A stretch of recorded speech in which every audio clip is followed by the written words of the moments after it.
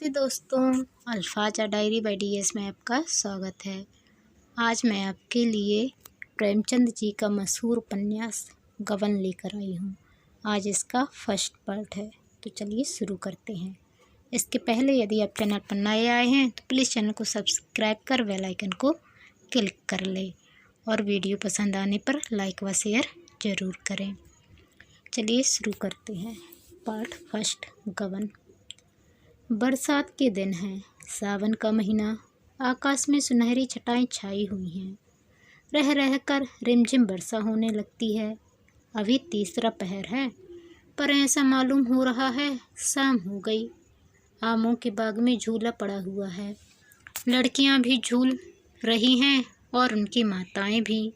दो चार झूल रही हैं, दो चार झुला रही हैं। कोई कजली गाने लगती है, कोई बारहमासा। इस ऋतु में महिलाओं की बाल स्मृतियाँ भी जाग उठती हैं। ये फुहारें मानो चिंताओं को हृदय से धो डालती हैं, मानो मुरझाए हुए मन को भी हरा कर देती हैं। सावन के दिल उमंगों से भरे हुए हैं। घनी झाड़ियों ने प्रकृति की हरियाली से नाता जोड़ा है। इसी समय एक बिसाती आकर झूले के पास खड़ा हो गया। उसे देखते ही झूला बंद हो गया। छोटी बड़ी सबों ने आकर उसे घेर लिया। बिसाती ने अपना संदूक खोला और चमकती दमकती चीज़ें निकाल कर दिखाने लगा।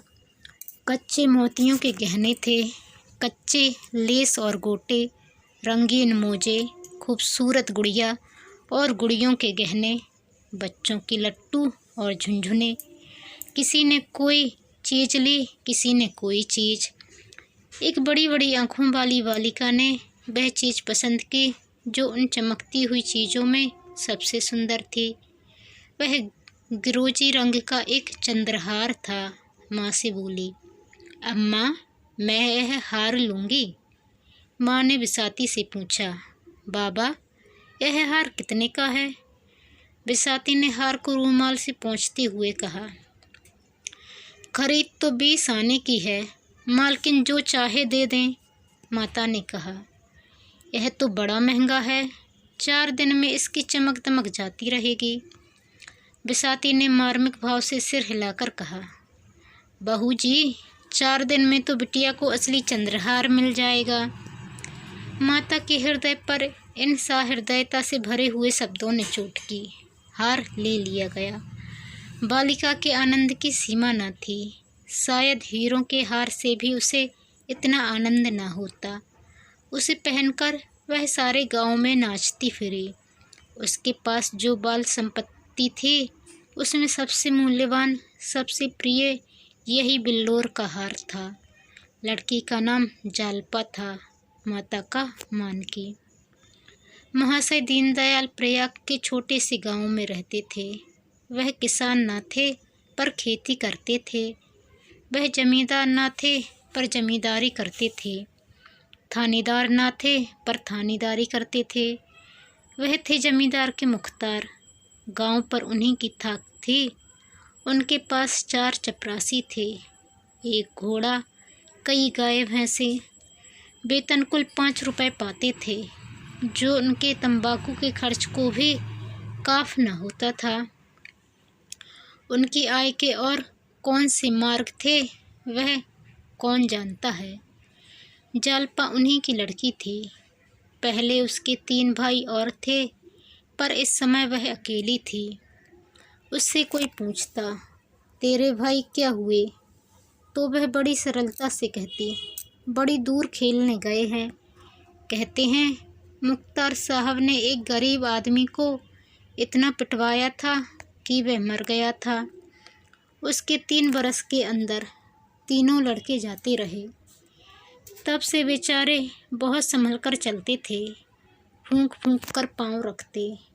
दूध के जले थे, छाछ भी फूंक फूंक कर पीते थे। माता और पिता के जीवन में और क्या अवलंब। दीनदयाल जब कभी प्रयाग जाते तो जालपा के लिए कोई न कोई आभूषण जरूर लाते।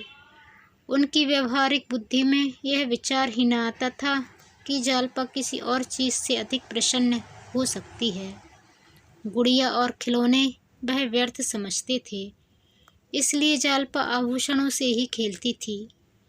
यह उसके खिलौने थे। वह बिल्लोर का हार जो उसने बिसाती से लिया था, अब उसका सबसे प्यारा खिलौना था। असली हार की अभिलाषा अभी उसके मन में हृदय ही नहीं हुई थी। गांव में कोई उत्सव होता या कोई त्योहार पड़ता तो वह उसी हार को पहनती। कोई दूसरा गहना उसकी आंखों में जचता ही न था। एक दिन दीनदयाल लौटे तो मानकी के लिए एक चंद्रहार लाए। मानकी को यह साके बहुत दिनों से थी। यह हार पाकर वह मुग्ध हो गई। जालपा को अब अपना हार अच्छा न लगता। पिता से बोली, बाबूजी, मुझे भी ऐसा ही हार ला दीजिए। दीनदयाल ने मुस्कुराकर कहा, ला दूंगा बेटी, कब ला दीजिएगा? बहुत जल्दी। बाप के शब्दों से जालपा का मन न भरा। उसने माता से जाकर कहा, अम्मा जी, मुझे भी अपना सा हार बनवा दो। माँ, वह तो बहुत रुपयों में बनेगा बेटी। जालपा, तुमने अपने लिए बनवाया है, मेरे लिए क्यों नहीं बनवाती? माँ ने मुस्कुराकर कहा, तेरे लिए तेरे ससुराल से आएगा। यह हार 600 में बना था। इतने रुपए जमा कर लेना दीनदयाल के लिए आसान न था। ऐसे कौन बड़े ओहदेदार थे। बरसों से कहीं यह हार बनने की नौबत आई। जीवन में फिर कभी इतने रुपए आएंगे, इसमें उन्हें संदेह था। जालपा लजाकर भाग गई, पर यह शब्द उसके हृदय में अंकित हो गए। ससुराल उसके लिए अब उतनी भयंकर न थी। ससुराल से चंद्रहार आएगा। ये लोग इसे माता पिता से अधिक प्यार करेंगे, तभी तो जो चीज़ ये लोग नहीं बनवा सकते वह वहाँ से आएगी। लेकिन ससुराल से न आए तो उसके सामने 3 लड़कियों के विवाह हो चुके थे। किसी की ससुराल से चंद्रहार न आया था। कहीं उसकी ससुराल से भी न आया तो उसने सोचा, तो क्या माताजी अपना हार मुझे दे देंगी? अवश्य दे देंगी। इस तरह हंसते खेलते 7 वर्ष कट गए और वह दिन भी आ गया जब उसकी चिर संचित अभिलाषा पूरी होगी। मुंशी दीनदयाल की जान पहचान के आदमियों में एक महाशय दयानाथ थे। बड़े ही सज्जन और सहृदय। कचहरी में नौकर थे और 50 रुपये वेतन पाते थे। दीनदयाल अदालत के कीड़े थे। दयानाथ को उनसे सैकड़ों ही बार काम पड़ चुका था। चाहते तो हजारों वसूल करते, पर कभी एक पैसे के भी रवादार नहीं हुए थे। दीनदयाल के साथ ही उनका यह सलूक न था। यह उनका स्वभाव था। यह बात भी न थी कि वह बहुत ऊंचे आदर्श के आदमी हों, पर रिश्वत को हराम समझते थे। शायद इसलिए कि वह अपनी से इस तरह के दृश्य देख चुके थे। किसी को जेल जाते देखा था, किसी को संतान से हाथ धोते, किसी को दुर्व्यसनों के पंजे में फंसते। ऐसी उन्हें कोई मिसाल न मिलती थी जिसने रिश्वत लेकर चैन किया हो। उनकी यह दृढ़ धारणा हो गई थी कि हराम की कमाई हराम ही में जाती है। यह बात अब कभी न भूलते। इस जमाने में 50 रुपए की भुगत ही क्या, 5 आदमियों का पालन बड़ी मुश्किल से होता था। लड़के अच्छे कपड़ों को तरसते, स्त्री गहने को तरसती, पर दयानाथ विचलित न होते थे। बड़ा लड़का 2 ही महीने तक कॉलेज में रहने के बाद पढ़ना छोड़ बैठा। पिता से साफ कह दिया, मैं तुम्हारी डिग्री के लिए सबको भूखा और नंगा नहीं रख सकता। पढ़ना चाहते हो तो अपने पुरुषार्थ से पढ़ो। बहुतों ने किया है, तुम भी कर सकते हो। लेकिन रमानाथ में इतनी लगन न थी। इधर 2 साल से वह बिल्कुल बेकार था। शतरंज खेलता, सैर सपाटे करता और माँ और छोटे भाइयों पर रौब जमाता। दोस्तों की बदौलत शौक पूरा होता रहता था। किसी का चेस्टर मांग लिया और शाम को हवा खाने निकल गए। किसी का पंपसू पहन लिया, किसी की घड़ी कलाई पर बांध ली। कभी बनारसी फैशन में निकले, कभी लखनवी फैशन में। 10 मित्रों ने एक एक कपड़ा बनवा लिया तो 10 सूट बदलने का उपाय हो गया। सहकारिता का यह बिल्कुल नया उपयोग था। इस युवक को दीनदयाल ने जालपा के लिए पसंद किया।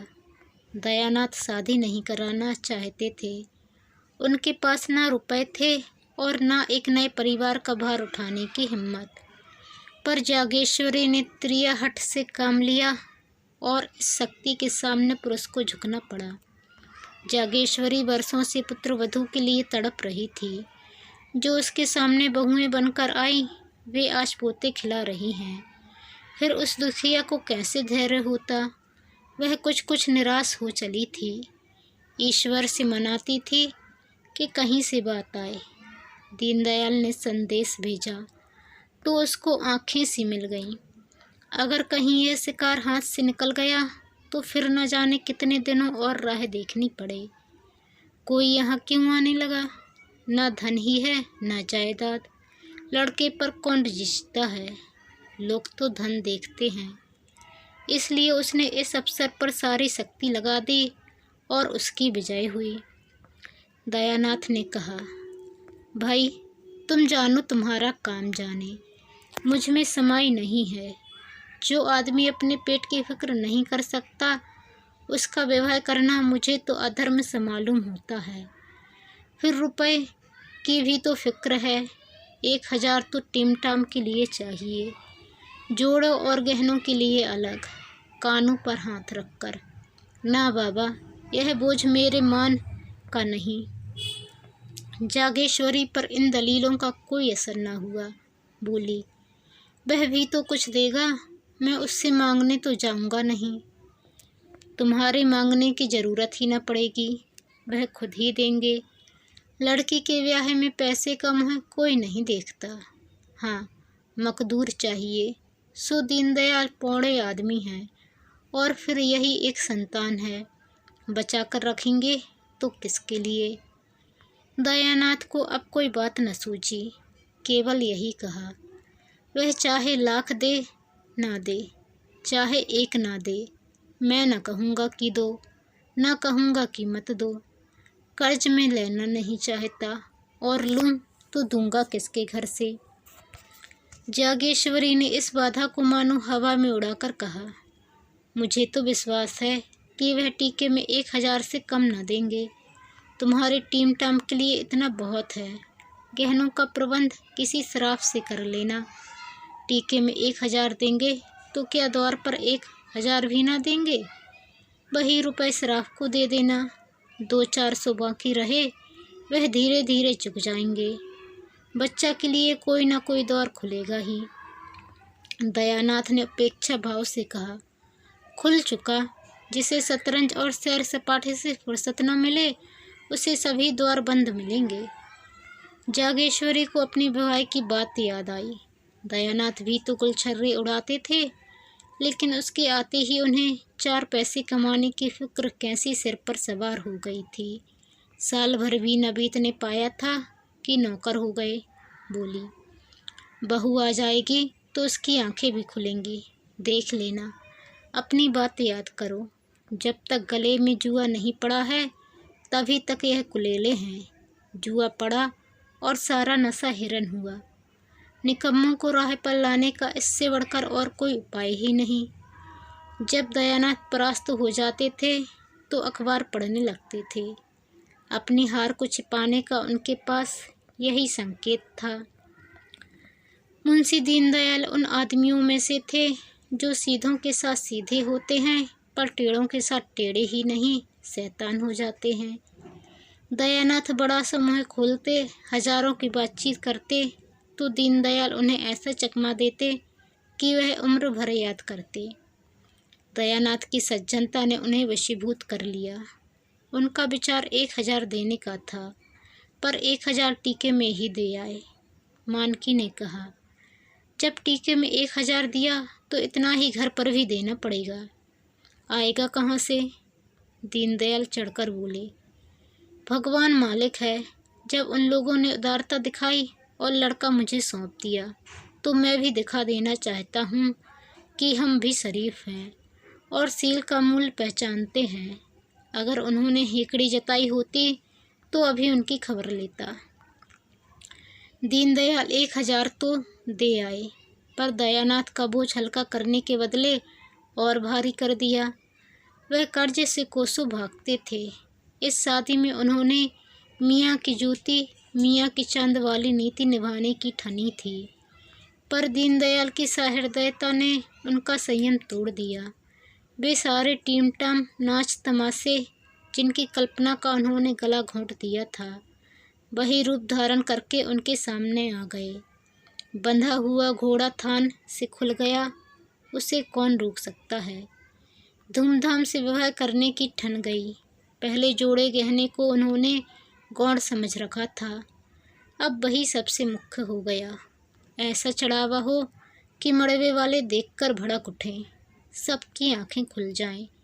कोई 3000 का सामान बनवा डाला। सर्राफ को 1000 नगद मिल गए। 1000 के लिए 1 सप्ताह का वादा हुआ तो उसने कोई आपत्ति ना की। सोचा 2000 सीधे हुए जाते हैं, 500-700 रुपये रह जाएंगे।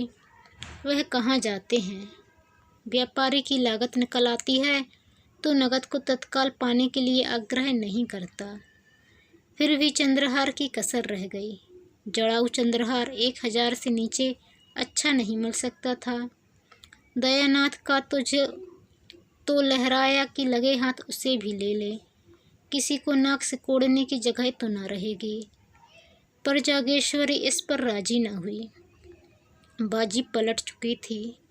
दयानाथ ने गर्म होकर कहा, तुम्हें क्या, तुम तो घर में बैठी रहोगी, मौत तो मेरी होगी जब उधार के लोग नौक भों सिकोड़ने लगेंगे। जागेश्वरी, दोगे कहाँ से, कुछ सोचा है। दयानाथ, कम से कम 1000 तो वहाँ मिल ही जाएंगे। जागेश्वरी, खून मुँह लग गया है क्या। दयानाथ ने शर्मा कर कहा, नहीं नहीं, मगर आखिर वहाँ भी तो कुछ मिलेगा। जागेश्वरी, वहाँ मिलेगा तो वहाँ खर्च भी होगा। नाम जोड़े गहने से नहीं होता, दान दक्षिणा से होता है। इस तरह चंद्रहार का प्रस्ताव रद्द हो गया। मगर दयानाथ दिखावे और नुमाइश को चाहे अनावश्यक समझे, रमानाथ उसे परम आवश्यक समझता था। बारात ऐसी धूम से जानी चाहिए कि गांव भर में शोर मच जाए। पहले दूल्हे के लिए पालकी का विचार था। रमानाथ ने मोटर पर जोर दिया। उसके मित्रों ने इसका अनुमोदन किया। प्रस्ताव स्वीकृत हो गया। दयानाथ एकांत प्रिय जीव थे, न किसी से मित्रता थी न किसी से मेलजोल। रमानाथ मिलनसार युवक था। उसके मित्र ही इस समय हर एक काम में अग्रसर हो रहे थे। वे जो काम करते दिल खोल कर, आतिशबाजियाँ बनवाईं तो अव्वल दर्जे की, नाच ठीक किया तो अव्वल दर्जे का, बाजे गाजे भी अव्वल दर्जे के, दोयम या सोयम का वहाँ जिक्र ही न था। दयानाथ उसकी उच्छृंखलता देखकर चिंतित तो हो जाते थे, पर कुछ कह न सकते थे। क्या कहते।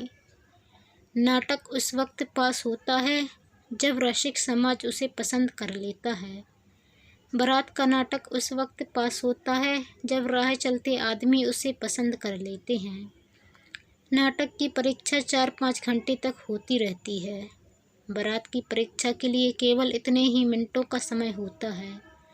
सारी सजावट, सारी दौड़ धूप और तैयारी का निपटारा 5 मिनटों में हो जाता है। अगर सबके मुँह से वाह वाह निकल गया तो तमाशा पास, नहीं तो रुपया, मेहनत, फिक्र सब अकारत। दयानाथ का तमाशा पास हो गया। शहर में वह 3रे दर्जे में आता, गांव में अव्वल दर्जे में आया। कोई बाजों की धों-धों पोंपों सुनकर मस्त हो रहा था, कोई मोटर को आंखें गाड़ गाड़ कर देख रहा था। कुछ लोग फुलवारियों के तख्त देखकर लोट-पोट जाते थे। आतिशबाजी ही मनोरंजन का केंद्र थी। हवाइयाँ जब सकें से ऊपर जाती और आकाश में लाल जब चरखियाँ छूटती और उनमें नाचते हुए मोर निकल आते। तो लोग मंत्रमुग्ध से हो जाते थे। वाह, क्या कारीगरी है! जालपा के लिए इन चीज़ों में लेस मात्र भी आकर्षण न था। हाँ, वह वर को एक आंख देखना चाहती थी, वह भी सबसे छिपाकर। पर उस भीड़-भाड़ में ऐसा अवसर कहाँ। दौर चार के समय उसकी सखियाँ उसे छत पर खींच ले गईं और उसने रमानाथ को देखा। उसका सारा विराग, सारी उदासीनता, सारी मनोव्यथा मानो छूमंतर हो गई थी। मुँह पर हर्ष की लालिमा छा गई। अनुराग स्फूर्ति का भंडार है। द्वार चार के बाद बारात जनवासे चली गई। भोजन की तैयारियां होने लगीं। किसी ने पूरियां खाईं, किसी ने उपलों पर खिचड़ी पकाई। देहात के तमाशा देखने वालों के मनोरंजन के लिए नाच गाना होने लगा। 10 बजे सहसा फिर बाजे बजने लगे। मालूम हुआ कि चढ़ावा आ रहा है। बारात में हर एक रस्म डंके की चोट पर अदा होती है। दूल्हा कलेवा करने आ रहा है, बाजे बजने लगे। समधी मिलने आ रहा है, बाजे बजने लगे। चढ़ावा ज्यों ही पहुंचा, घर में हलचल मच गई। स्त्री पुरुष बूढ़े जवान सब चढ़ावा देखने के लिए उत्सुक हो उठे। ज्यों ही किश्तियां मंडप में पहुंची, सब लोग काम छोड़कर देखने दौड़े। आपस में धक्कम धक्का होने लगा। मान की प्यास से बेहाल हो रही थी, कंठ सूखा जाता था। चढ़ावा आते ही प्यास भाग गई। दीनदयाल मारे भूख प्यास के निर्जीव से पड़े थे। यह समाचार सुनते ही सचेत होकर दौड़े। मान की एक एक चीज को निकाल निकाल कर देखने और दिखाने लगी। वहाँ सभी इस कला के विशेषज्ञ थे।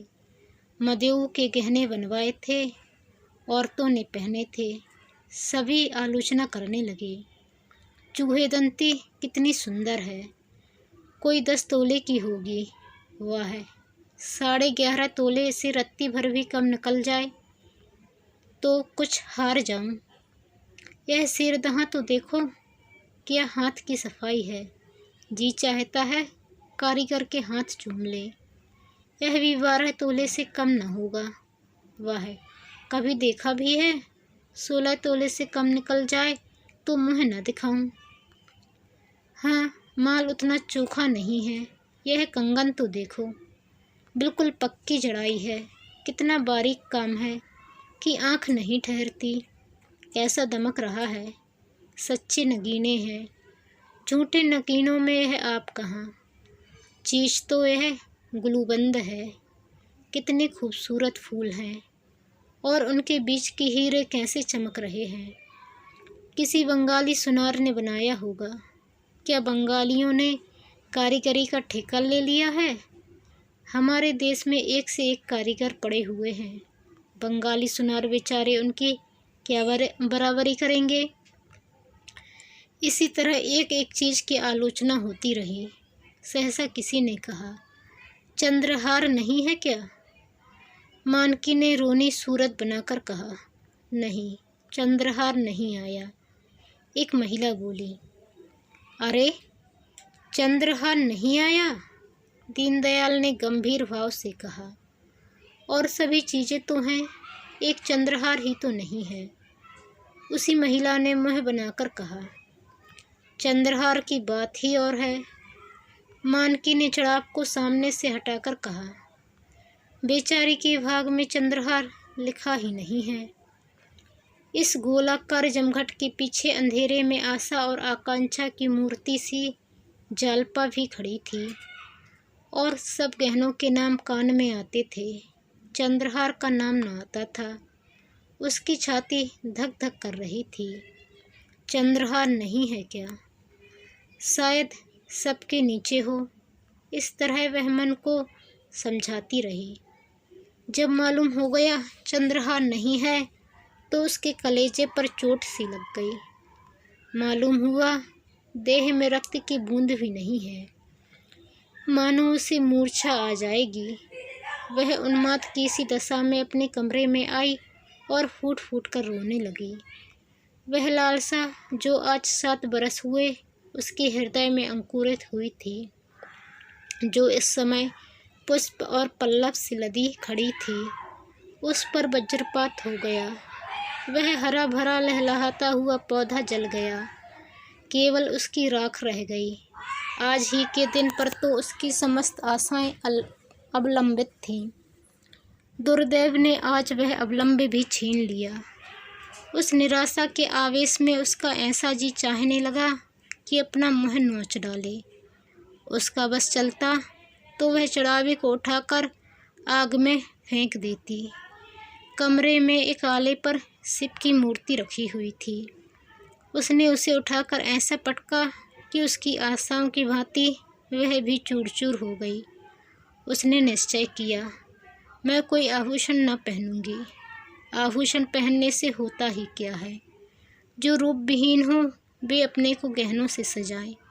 मुझे तो ईश्वर ने यूं ही सुंदरी बनाया है। मैं गहने न पहनकर भी बुरी न लगूंगी। सस्ती चीज़ें उठा लाए। जिसमें रुपए खर्च होते थे उसका नाम ही ना लिया। अगर गिनती ही गिनानी थी तो इतने ही दामों में इसके दूने गहने आ जाते।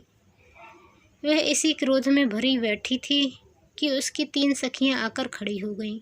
उन्होंने समझा था जालपा को अभी चढ़ाव की कुछ खबर नहीं है। जालपा ने उन्हें देखते ही आंखें पोंछ डालीं और मुस्कुराने लगी। राधा मुस्कुराकर बोली, जालपा, मालूम होता है तूने बड़ी तपस्या की थी। ऐसा चढ़ाव मैंने आज तक नहीं देखा है। अब तो तेरी सब साथ पूरी हो गई। जालपा ने अपनी लंबी लंबी पलकें उठाकर उसकी ओर ऐसी दीन नज़र से देखा मानो जीवन में अब उसके लिए कोई आशा नहीं है। हाँ बहन, सब साथ पूरी हो गई। इन शब्दों में कितनी अपार मर्मांतक वेदना भरी हुई थी। इसका अनुमान तीनों युवतियों में कोई भी न कर सकी। तीनों कौतूहल से उसकी ओर ताकने लगी, मानो उसका आशय उनकी समझ में न आया हो। बासंती ने कहा, जी चाहता है कारीगर के हाथ चूम लूं। शहजादी बोली, चढ़ावा ऐसा ही होना चाहिए कि देखने वाले भड़क उठें। बासंती, तुम्हारी सास बड़ी चतुर जान पड़ती है, कोई चीज़ नहीं छोड़ी। जालपा ने मुँह उधार कर कहा, ऐसा ही होगा। राधा, और तो सब कुछ है, केवल चंद्रहार नहीं है। शहजादी, एक चंद्रहार के न होने से क्या होता है बहन, उसकी जगह ग्लूबंद तो है। जालपा ने वक्रोक्ति के भाव से कहा, हाँ, देह में एक आँख के न होने से क्या होता है, और सब अंग होते ही हैं। आँखें हुई तो क्या, ना हुई तो क्या। बालकों के मुँह से गंभीर बातें सुनकर जैसे हमें हंसी आ जाती है, उसी तरह जालपा के मुँह से यह लालसा से भरी हुई बातें सुनकर राधा और बासंती अपनी हंसी न रोक सकीं। हाँ, शहजादी को हंसी न आई। यह आभूषण लालसा उसके लिए हंसने की बात नहीं, रोने की बात थी। कृत्रिम सहानुभूति दिखाती हुई बोली, सब न जाने कहाँ के जंगली हैं कि और सब चीज़ें तो लाए, चंद्रहार न लाए, जो सब गहनों का राजा है। लाला अभी आते हैं तो पूछती हूँ कि तुमने यह कहाँ की रीति निकाली है, ऐसा अनर्थ भी कोई करता है। राधा और बासंती दिल में कांप रही थीं कि जालपा कहीं ताड़ न जाए। उनका बस चलता तो शहजादी का मुँह बंद कर देती। बार बार उसे चुप रहने का इशारा कर रही थीं, मगर जालपा को शहजादी का यह व्यंग संवेदना से परिपूर्ण जान पड़ा। सजल नेत्र होकर बोली, क्या करोगी पूछकर बहन, जो होना था सो हो गया। शहजादी, तुम पूछने को कहती हो, मैं रुलाकर छोड़ूंगी। मेरे चढ़ाव पर कंगन नहीं आया था। उस वक्त मन ऐसा खफा हुआ कि सारे गहनों पर लात मार दूं। जब तक कंगन न बन गए मैं नींद भर सोई नहीं। राधा, तो क्या तुम जानती हो जालपा का चंद्रहार ना बनेगा। शहजादी, बनेगा तब बनेगा, इस अवसर पर तो नहीं बना। 10-5 की चीज़ तो है नहीं कि जब चाहा बनवा लिया। सैकड़ों का खर्च है, फिर कारीगर तो हमेशा अच्छे नहीं मिलते। जालपा का भग्न हृदय शहजादी की इन बातों से मानो जी उठा। वह रूंधे कंठ से बोली, यही तो मैं भी सोचती हूँ बहन। जब आज न मिला तो फिर क्या मिलेगा। राधा और वासंती मन ही मन शहजादी को कोस रही थीं और थप्पड़ दिखा दिखा कर धमका रही थीं, पर शहजादी को इस वक्त तमाशे का मज़ा आ रहा था। बोली, नहीं, यह बात नहीं है जल्दी। आग्रह करने से सब कुछ हो सकता है। सास ससुर को बार बार याद दिलाती रहना, बहनोई जी से दफर 4 दिन रूठे रहने से भी बहुत कुछ काम निकल सकता है। बस यही समझ लो कि घर वाले चैन न लेने पाएँ। यह बात हरदम उनके ध्यान में रहे। उन्हें मालूम हो जाए कि बिना चंद्रहार बनवाए कुशल नहीं। तुम जरा भी ढीली पड़ी और काम बिगड़ा। राधा ने हंसी को रोकते हुए कहा, इनसे ना बने तो तुम्हें बुला लें। क्यों, अब उठोगे कि सारी रात उपदेश ही करती रहोगी। शहजादी, चलती हूँ, ऐसी के भाकड़ पड़ी है। हाँ, खूब याद आई। क्यों जल्दी? तेरी अम्मा जी के पास एक बड़ा अच्छा चंद्रहार है, तुझे न देंगी? जालपा ने एक लंबी सांस लेकर कहा, क्या कहूँ बहन, मुझे तो आशा नहीं है। शहजादी, एक बार कहकर देखो तो, अब उनके कौन पहनने ओढ़ने के दिन बैठे हैं। जालपा, मुझसे तो ना कहा जाएगा। शहजादी, मैं कह दूंगी। जालपा, नहीं नहीं, तुम्हारे हाथ जोड़ती हूँ, मैं जरा उनके मात्र स्नेह की परीक्षा लेना चाहती हूँ। बासंती ने शहजादी का हाथ पकड़कर कहा, अब उठेगी भी कि यहाँ सारी रात उपदेश ही देती रहेगी। शहजादी उठी, पर जालपा रास्ता रोककर खड़ी हो गई और बोली, नहीं, अभी बैठो बहन, तुम्हारे पैरों पड़ती हूँ। शहजादी, जब यह दोनों चुड़ैलें बैठने भी दें, मैं तो तुम्हें गुर सिखाती हूँ और यह दोनों मुझ पर झल्लाती हैं। सुन नहीं रही हो, मैं भी विष की गांठ हूँ। बासंती, विष की गांठ तो तुम है ही। शहजादी, तुम भी तो ससुराल से साल भर बाद आई हो, कौन कौन सी नई चीज़ें बनवा लाई। बासंती, और तुमने 3 साल में क्या बनवा लिया। शहजादी, मेरी बात छोड़ो, मेरा खसम तो मेरी बात ही नहीं पूछता। राधा, प्रेम के सामने गहनों का कोई मूल्य नहीं। शहजादी, तो सूखा प्रेम तुम्ही को गले। इतने में मानकी ने आकर कहा, तुम तीनों यहाँ बैठी क्या कर रही हो? चलो, वहाँ लोग खाने आ रहे हैं। तीनों युवतियाँ चली गईं। जालपा माता के गले में चंद्रहार की शोभा देखकर मन ही मन सोचने लगी, गहनों से उनका जी अब तक नहीं भरा। तो दोस्तों, ये था हमारा फर्स्ट पार्ट। आगे का पार्ट नेक्स्ट